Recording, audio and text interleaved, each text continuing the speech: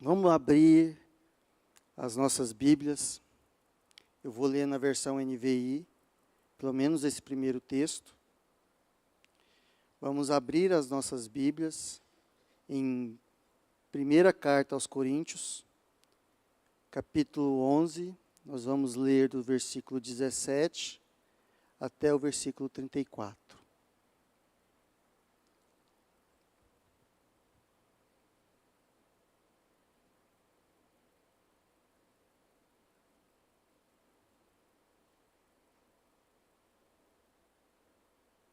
Amém.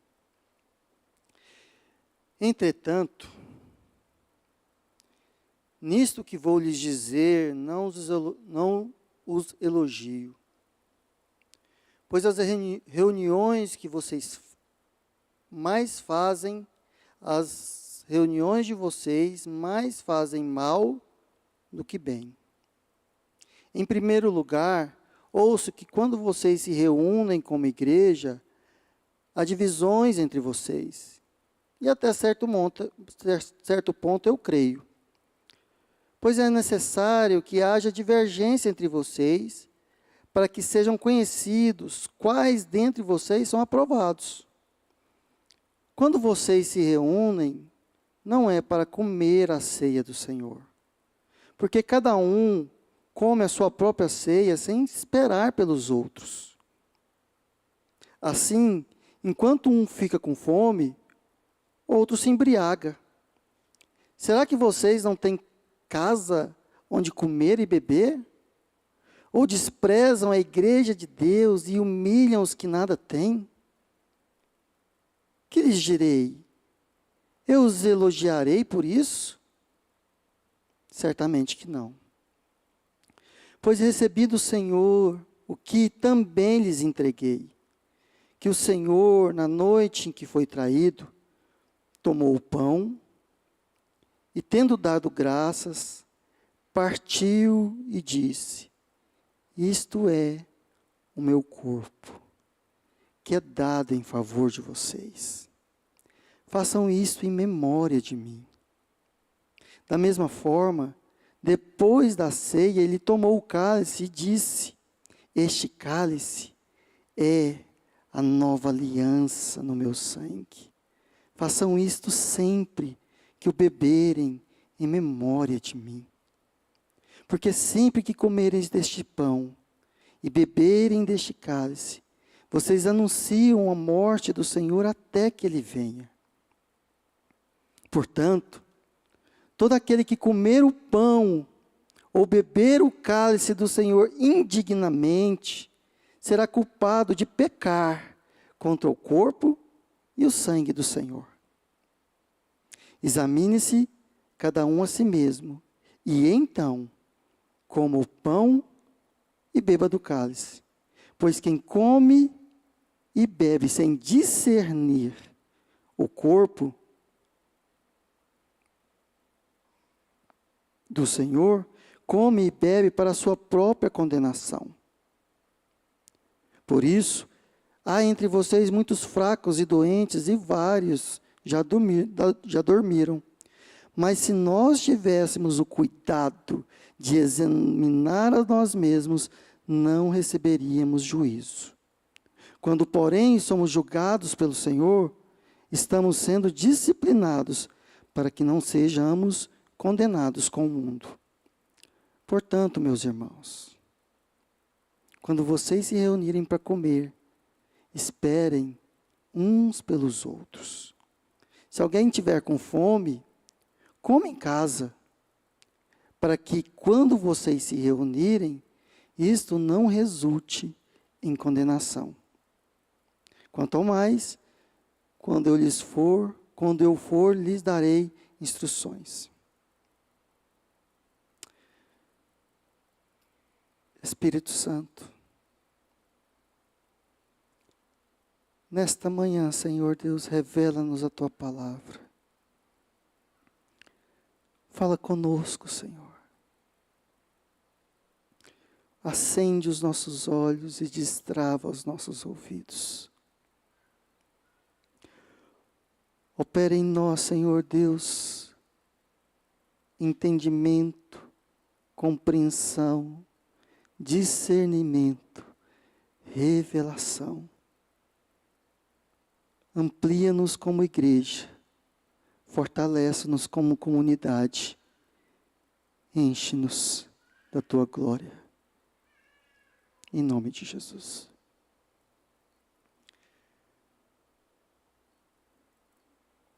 Nós temos um costume, uma especialidade, uma mania de transformarmos os ensinos de Jesus em rituais sem significado. Nós temos essa característica de desconfigurar aquilo que o Senhor nos dá como ensinamento, a tal ponto que eles perdem totalmente o seu objetivo. E na maioria das vezes nós fazemos aquilo que o Senhor Deus, o Senhor Jesus nos mandou fazer como robôs, mecanicamente. No versículo 20, Paulo vira e fala: quando, pois, vos reunis no mesmo lugar, não é a ceia do Senhor que comeis.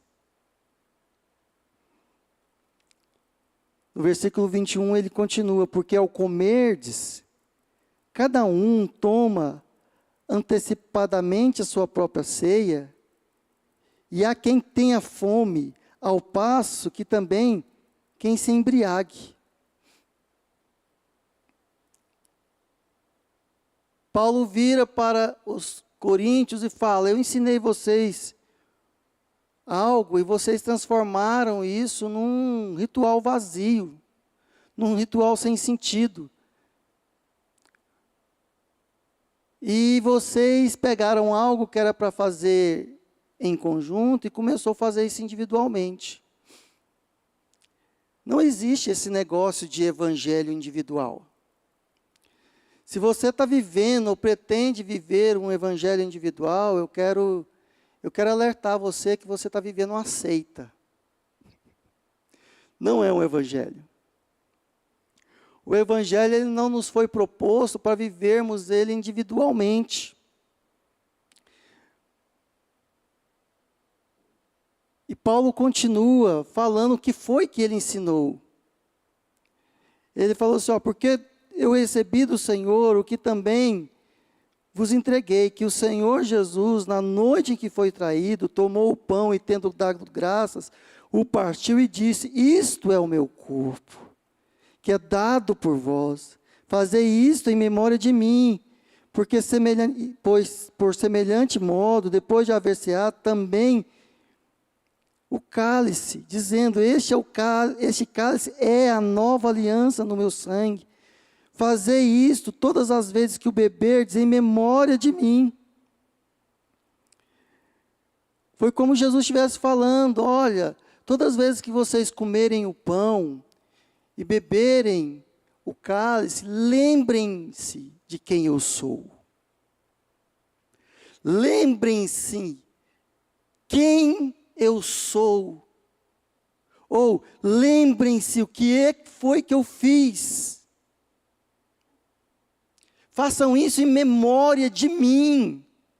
Lembrem-se de mim todas as vezes que vocês se reunirem e partirem o pão e beberem o cálice.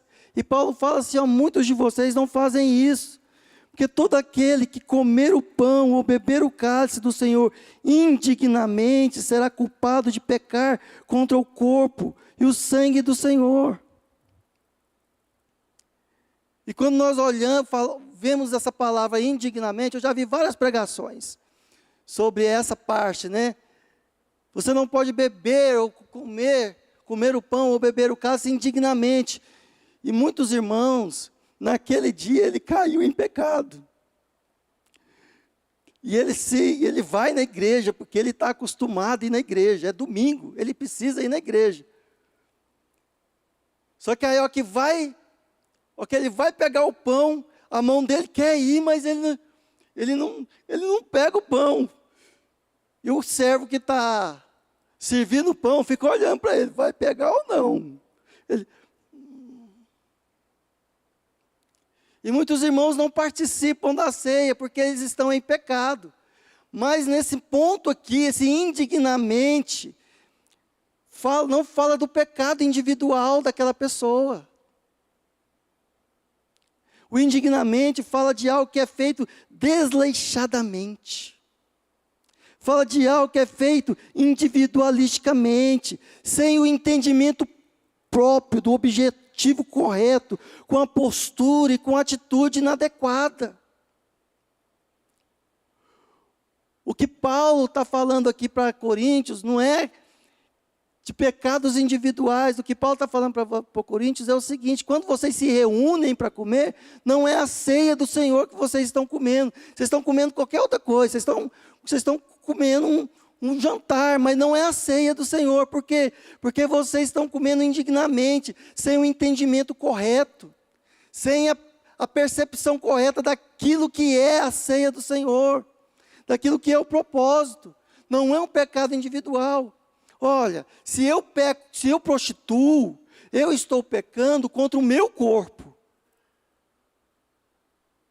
Se eu adultero, eu estou pecando contra o meu cônjuge, ou contra o meu casamento. Se eu me iro contra o meu próximo, eu estou pecando contra o meu irmão. Mas se eu como e bebo a ceia indignamente, eu estou pecando contra o corpo e o sangue do Senhor. Percebe? E é por isso que muitos crentes que vão fazendo isso de forma sem entendimento, sem compreensão clara, objetiva do que é a ceia, eles vão ficando fracos na fé, porque é isso que acontece todas as vezes que nós vamos fazendo as coisas que Deus vai nos mandando fazer, ritualisticamente, mecanicamente, por fazer, sem entendimento, sem o devido temor, com a postura errada, com a atitude errada, nós vamos nos tornando robôs, nós vamos nos tornando zumbis. E nós, muitas vezes, somos mortos-vivos dentro da igreja, fazendo coisas que Deus mandou fazer, mas nós não fazemos com o sentido correto. E muitas vezes, nós fazemos para o nosso próprio deleite, e não para aquilo que o Senhor mandou fazer aquilo. Percebe? Então nós precisamos, meus irmãos, e aí são meros rituais cumpridos, e muitas vezes o fazemos com atitudes egoístas.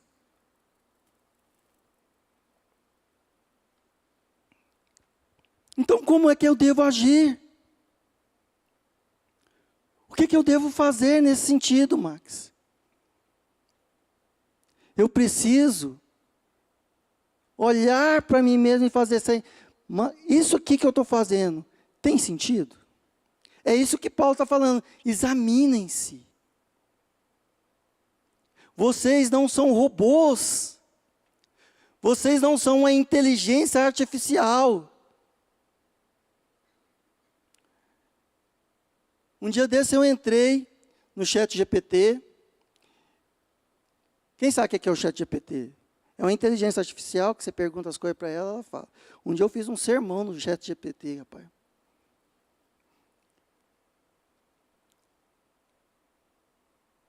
E perguntei para o ChatGPT, você acredita em Deus? Aí ela me respondeu, eu sou uma inteligência artificial, eu não tenho essas questões de crença, de fé, de... Rapaz, se um robô sabe que ele não pode crer em Deus, por que nós vivemos as nossas vidas de forma como os robôs, como inteligências artificiais, que só fazem aquilo que nos foi mandado, mas sem nos examinar. Rapaz, por que eu estou fazendo isso? Por que de 15 em 15 dias eu como esse pão e bebo esse cálice? Por que tem de 3 em 3 meses, eu tenho que passar uma semana de oração aqui? Aí tem gente que vem a semana inteirinha, e no final da semana, fala assim, e aí, a semana de oração foi boa para você? Ai, foi uma bênção, foi um tremendo, foi algo assim maravilhoso. E aí, o que Deus diz para você? O que Deus diz para mim? O que Deus falou com você, não foi uma bênção? Uai, não sei. Uai, você passou a semana inteira orando, e Deus não falou nada contigo? Uai, eu fui lá porque é a semana de oração. Não! Não! Nós não podemos fazer isso. Nós precisamos viver as nossas vidas de acordo com o propósito de Deus. E tudo que Deus faz é em relação ao propósito. Então eu preciso compreender o propósito eterno de Deus. Eu preciso entender o porquê Deus mandou eu comer um pão e um vinho, um suco de uva. Todas as vezes que nós nos reunirmos, por que Deus mandou fazer isso? Em Eclesiastes 8:6 fala o seguinte: porque para todo propósito há tempo e modo, porquanto é grande o mal que pesa sobre o homem. Deus não faz as coisas por reação. Deus tem um propósito. Deus não faz umas coisas assim, Ele levanta e fala assim, o que eu vou fazer hoje? Vou abençoar o Júlio. Não tinha isso na minha cabeça não, mas eu vou abençoar ele. Não é porque hoje eu estou com vontade de abençoar o Júlio. Mas o Anderson eu vou dar uma disciplinada. Rapaz, o Anderson vestiu... É um tal de torcer para o time errado, eu vou disciplinar ele. Deus não faz isso. Deus não levanta. Está soprando mais para o lado do juízo. Está soprando mais para o lado da graça. Deus não faz dessa forma. Deus tem um propósito. E todo propósito, ele tem um tempo e um modo. Então fala, propósito. Não é propósito, não. É propósito. Tempo. Modo. Guarda isso. Propósito, tempo e modo. Só que hoje eu não vou falar do tempo e nem do modo. Num outro momento. Mas hoje eu vou falar do propósito. Em Efésios, capítulo 3, versículo 10 e 11, fala o seguinte, para que agora a multiforme sabedoria de Deus seja manifestada por meio da igreja aos principados e poderios das regiões celestiais, segundo o eterno propósito que fez em Cristo Jesus, nosso Senhor. Então há um propósito. Nós não podemos confundir propósito com plano. Propósito é o que Deus almeja fazer na história. É o que Deus anseia fazer na história, mas plano é o que Deus tem feito na história para cumprir o seu propósito. Propósito é aquilo que Deus almeja, é aquilo que está no anseio do coração de Deus, é aquilo que queima no coração de Deus, é aquilo que faz Deus suspirar. Eu comecei a falar isso lá no piquenique. É o que faz Deus suspirar. Mas plano é o como Deus vai fazer isso na história, para cumprir o seu propósito.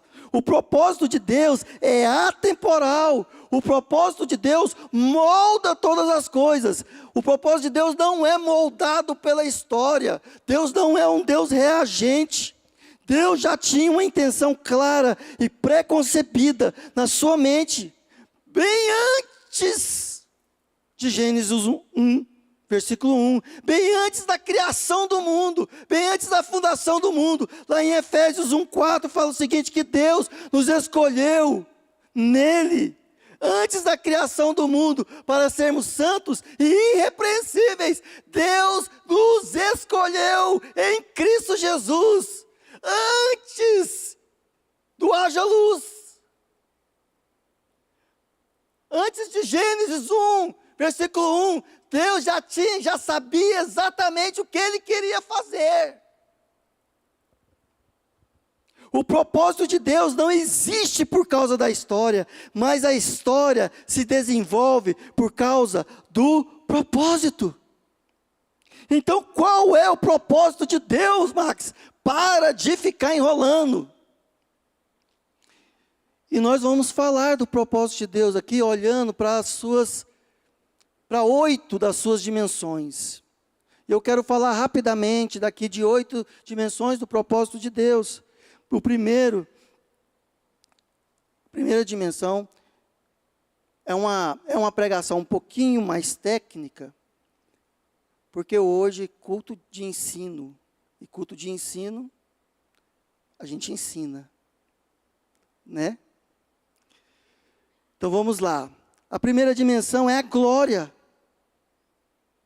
É o alvo principal de Deus. Glória. É o alvo supremo de Deus.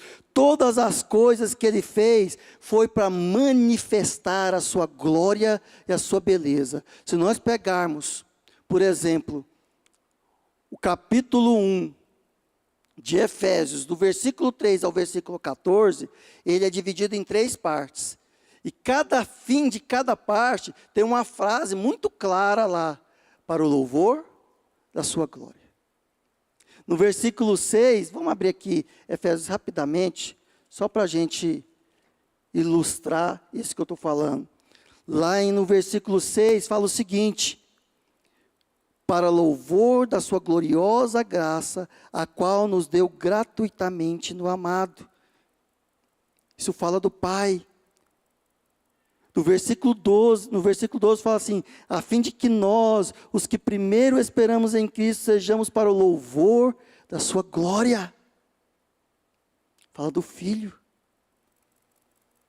E no versículo 14, que fala do Espírito Santo, que é a garantia da nossa herança, até a redenção daqueles que pertencem a Deus, para o louvor da sua glória.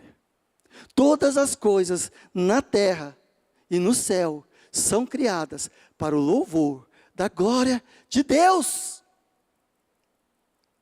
A segunda dimensão, eu vou usar o texto de João 17, do versículo 22 ao 24, fala assim, eu lhes dei a glória que me deste, para que sejam um. Assim como nós somos um, eu neles e tu em mim, para que eles sejam levados à plena unidade, a fim de que o mundo reconheça que me enviaste e os amaste, assim como me amaste. Pai, e meu desejo é que aqueles que me deste estejam comigo, e onde eu estiver, para que vejam a minha glória, a qual me deste, pois me amaste antes da fundação do mundo. Deus em Cristo restabelece em nós comunhão. O segundo ponto é comunhão. A glória de Deus em nós sempre nos levará à comunhão. E a comunhão que temos uns com os outros manifestará a glória de Deus. Jesus aqui fala o seguinte, estou passando para eles, para os 12, estou passando para esses 12 que o Senhor me deu, eu estou passando para eles a glória que tu me deste, para quê? Para que eles sejam um. Então, um aspecto do propósito de Deus é comunhão. Em tudo que Deus faz, Ele busca esse tipo de relacionamento, de amor. E é na comunhão que nós manifestamos a glória de Deus. É uma comunhão de glória, ou é uma gloriosa comunhão. Se nós formos olhar mais especificamente para Deus Pai, nós vamos ver que Deus tem um anseio.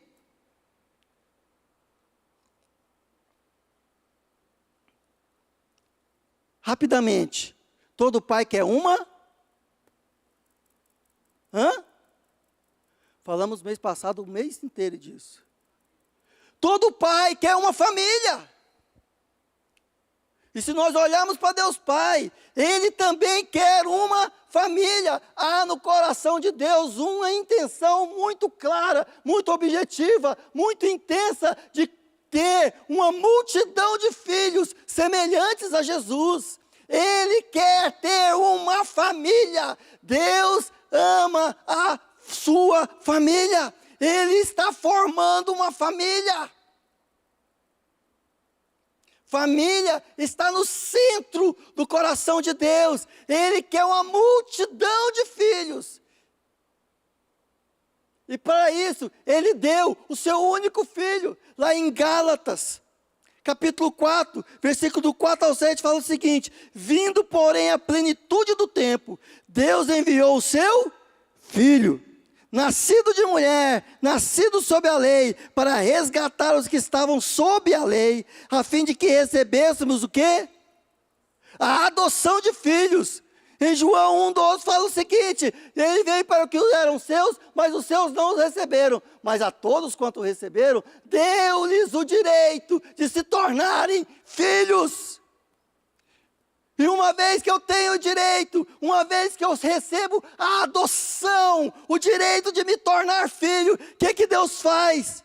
E porque sois filhos, enviou Deus ao nosso coração o Espírito do seu Filho, que clama: Abba, Pai. De sorte que já não és escravo, porém filho. Também, e se sois filhos, sois herdeiros por Deus.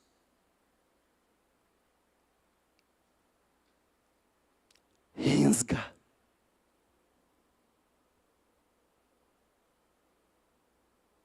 Deus Pai quer uma família. Mas se também olharmos para Deus Filho, Deus Filho também quer algo. E o que Deus Filho quer? Deus Filho quer uma noiva. Deus Filho quer uma noiva. E é para isso que Ele se entregou na cruz do Calvário. Para quê? Para conquistar uma noiva. Ele pagou o dote por essa noiva. E o dote foi o seu próprio sangue. O dote foi a sua própria vida. Na cruz do Calvário, Ele se entregou para ter o quê? Uma noiva santa, imaculada, irrepreensível, idônea. Em Mateus 22, versículo 2, fala que o reino dos céus é semelhante a um rei que celebrou o casamento do seu filho. Se Deus Pai quer uma noiva, aliás, se Deus Pai quer uma família, se Deus Filho quer uma noiva, Deus Espírito Santo, Ele quer um corpo. Porque todo espírito tem um corpo. Em certo ponto, Jesus fala o seguinte, que um espírito imundo saindo de alguém, vaga por lugares áridos, por lugares ermos, e não encontrando pousada, não encontrando lugar onde repousar, ele volta para sua casa e encontra ela toda varrida, e aí o estágio final é 7 vezes mais drástico do que o primeiro. Ou seja, todo espírito procura um corpo, e assim também o Espírito de Deus procura um corpo. E é muito claro isso na Bíblia, quando Deus fala, todo espírito necessita de um corpo para se expressar, assim também o Espírito de Deus se manifesta através do corpo. Em 1 Coríntios 3,16 fala o seguinte: não sabeis que sois santuário de Deus, e que seu Espírito habita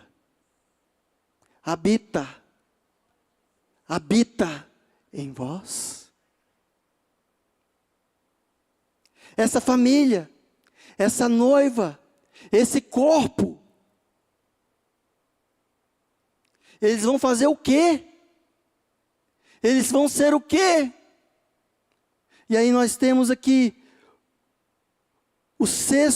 a sexta dimensão do propósito de Deus, que é o sacerdócio. Deus terá uma família, um corpo, uma noiva, e fará dessa família, desse corpo e dessa noiva, sacerdócio. Sacerdócio, um reino de sacerdotes, uma nação santa. Deus fará uma nação de sacerdotes que ministrará diante dele eternamente. Quando Davi entendeu isso, ele instituiu a adoração no reino de Israel. É para isso que nós fomos criados. Para ministrar diante de Deus eternamente. Em Êxodo 19, versículo 6, fala o seguinte: vós me sereis reino de sacerdotes e nação santa. Estas são as palavras que falará aos filhos de Israel. Vocês serão separados para mim, para ministrar diante de mim. Vocês serão separados de todas as nações da terra, e eu terei uma nação própria para mim. E essa nação será uma nação de sacerdotes. A minha família será uma família de sacerdotes. A minha noiva será uma nação de sacerdotes. O meu corpo será uma nação de sacerdotes.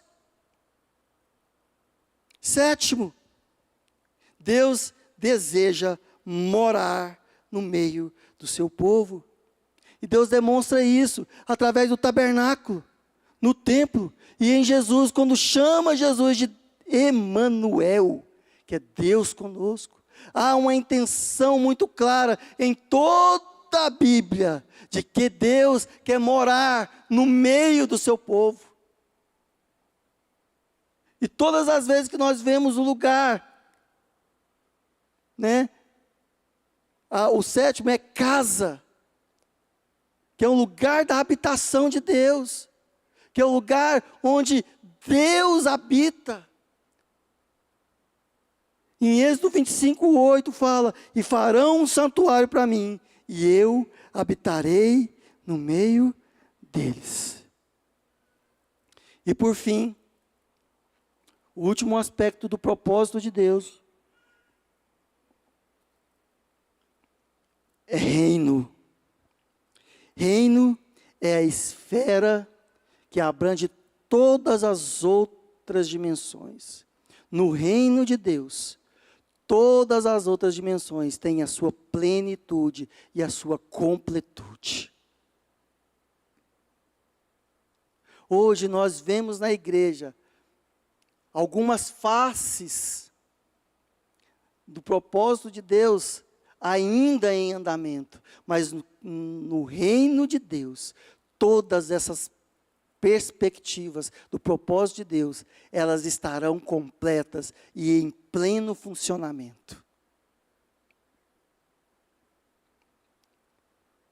O reino é a esfera onde todas as demais se encontram em sua plenitude. Deus fará desse povo o seu reino, assim na terra como no céu.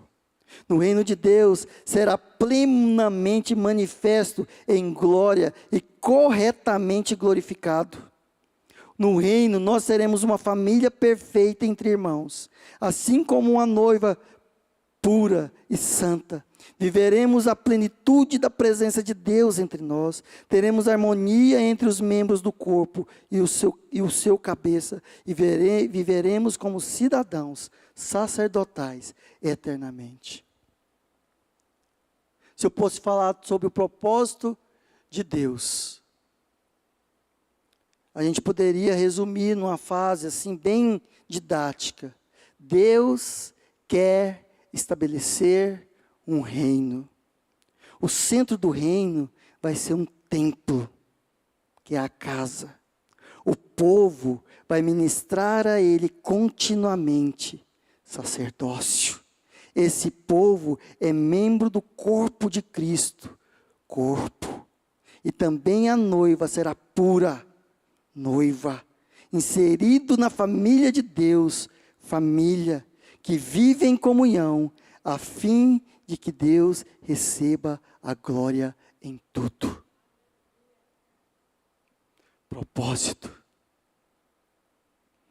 Tudo o que aconteceu na história até agora, meus irmãos, é para cumprir o propósito de Deus. Hoje nós não vamos falar do tempo e do modo. Mas para adiantar, Deus se move na história através de pactos e de alianças. Estou falando isso porque foi o próprio Jesus falou, este é o sangue da nova aliança. Sempre que eu comer esse pão e beber esse cálice, eu estou proclamando e anunciando que o propósito de Deus vai se cumprir. Sempre que eu comer e beber esse pão, essa ceia, eu estou anunciando que o propósito do Senhor vai se cumprir, que as promessas e que as alianças se cumprirão na minha e na sua vida. Sempre que eu comer e beber, eu vou estar falando o seguinte: Deus, a tua morte e a tua ressurreição não foi em vão. Tudo que o Senhor deseja, tudo que o Senhor almeja, tudo que é aquilo que é anseio do seu coração, irá se cumprir, e eu vou anunciar, eu vou proclamar, eu vou gritar em todos os cantos da terra, em todas as minhas ações e atitudes, com todo o meu coração, de que o propósito do Senhor irá se cumprir, até que Ele venha, e Ele virá, com poder e grande glória, sobre as nuvens do céu, e eu me encontrarei com Ele nas nuvens, porque eu sou filho, sou família e sou noiva. Eu tenho algo que clama dentro de mim: Abba, Abba, Pai.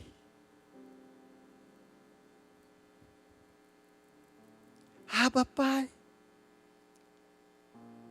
Temos um rei, um noivo, que voltará para se casar com a noiva e se juntará a nós, e seremos um com Cristo, e reinaremos com Ele. E para terminar, meus irmãos, porque o teclado está tocando, e para terminar, Paulo deixa uma pequena instrução. Ela quase passa despercebida,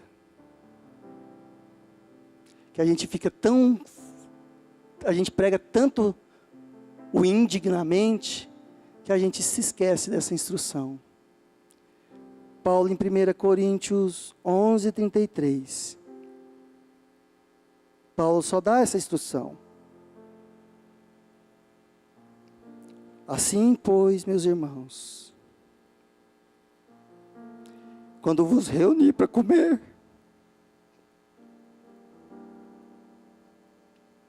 esperai uns pelos outros.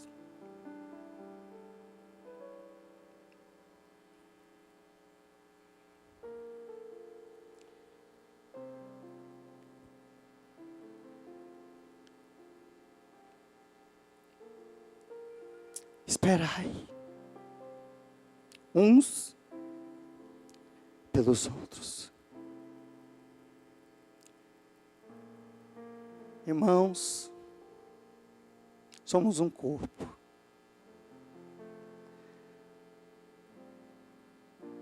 Comer indignamente é querer viver individualisticamente no meio do corpo. Comer indignamente é usar o Evangelho para causas próprias.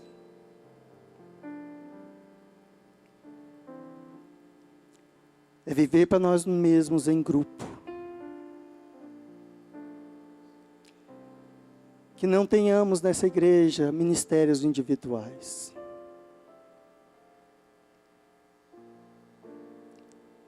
Que não tenhamos agendas individuais.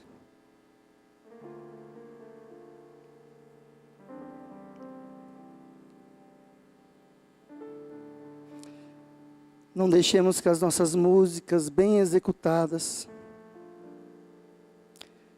substituam a adoração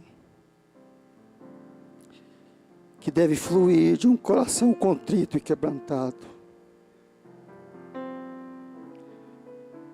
Nem que as nossas apresentações substituam os nossos corações derramando diante da presença de Deus.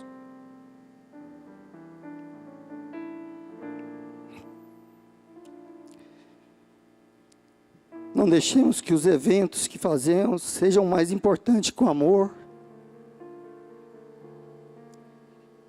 e a misericórdia do encontro, olho no olho. Que um abraço, que a oração no pé do ouvido,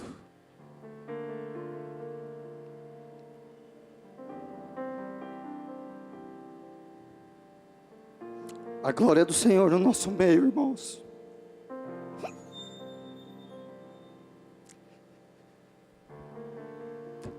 A glória do Senhor no nosso meio precisa nos levar à comunhão. A ceia precisa ser partilhada, não individualizada. Se não discernirmos o corpo, provavelmente estamos girando em torno do nosso próprio umbigo e chamando isso de evangelho.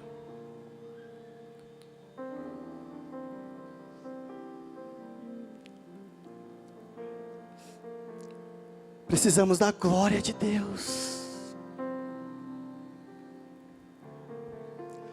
Precisamos que a glória de Deus venha sobre nós. Precisamos daquilo que a glória de Deus opera em nós, que é um clamor. A glória de Deus opera em nós um peso. Ninguém que tem a glória de Deus tem a cerviz dura, tem o coração árido, impenetrável. Antes, quem tem a glória de Deus é trabalhado no amor, é aperfeiçoado na misericórdia. Não façamos o altar do Senhor um palco, porque no altar se morre, não se aparece.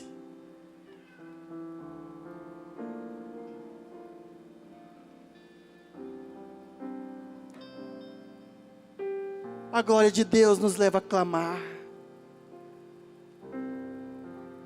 O Espírito de Deus em nós tem um clamor. E esse clamor fala que nós fazemos parte de um reino. Abba. É muito fácil saber que se o Espírito que está em ti é o Espírito Santo. Porque se o Espírito que está em ti é o Espírito Santo, ele está clamando: Abba, Abba, Abba, Abba. Senhor, como precisamos, Senhor, entender o teu propósito. Assim como teu filho um dia disse que a minha comida é fazer a tua vontade. Como precisamos, Senhor Deus, ter a tua glória sobre nós. Vem, ó Deus, com o peso da tua glória em nós, Senhor. Para que não sejamos zumbis, ó Deus. Para que não sejamos, ó Senhor Deus, mortos vivos, vivendo ritualisticamente, sem comunhão, sem graça, sem misericórdia. Vem, ó Deus, vem, Senhor, com o peso da tua glória sobre nós, Senhor, e que o teu reino reine em nós, no nome de Jesus. Oh Deus,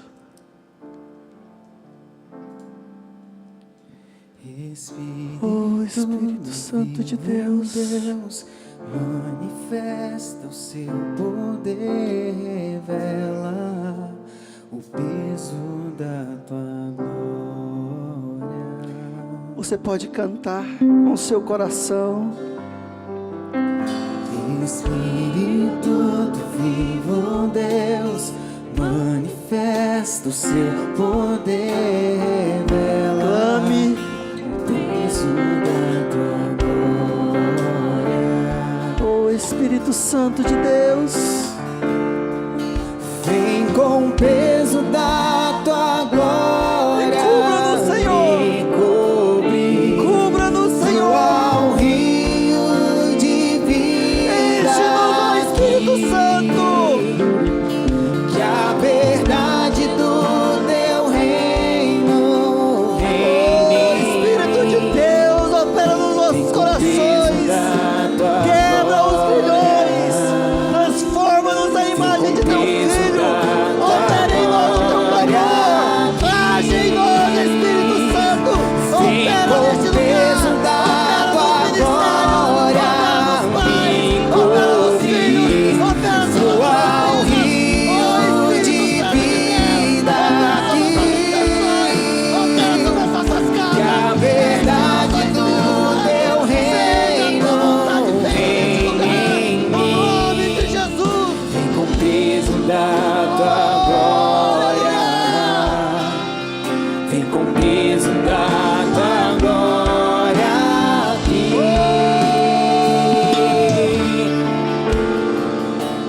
Aleluia. Espírito do vivo Deus, manifesta o seu poder, revela o peso da tua glória.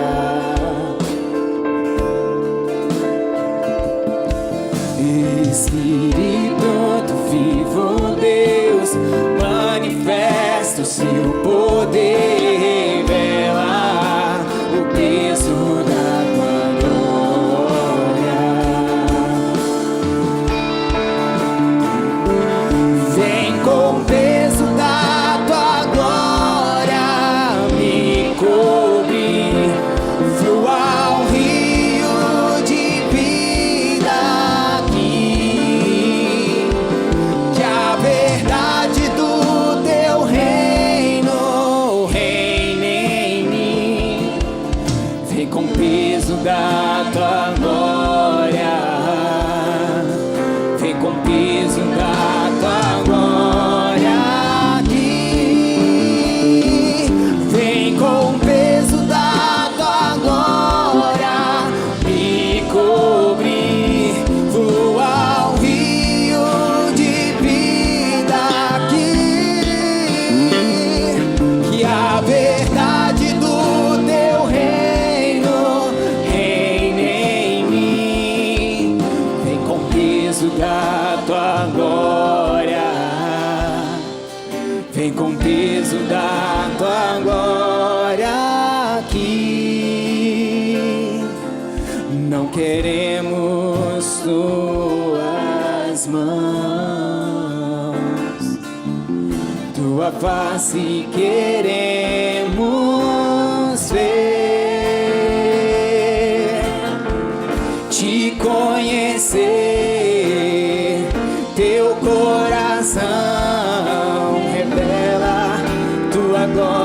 seu poder,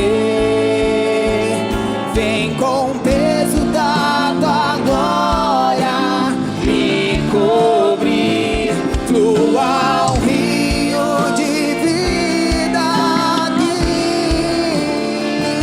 que a verdade do teu reino reine em mim, vem com o peso da tua glória,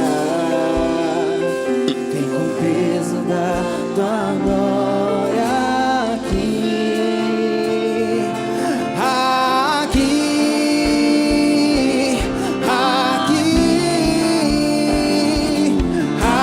aqui, aqui, vem Senhor, aqui, aqui, Senhor, aqui, aqui.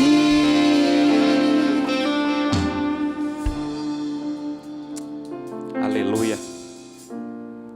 Bendito seja o nome do nosso Senhor.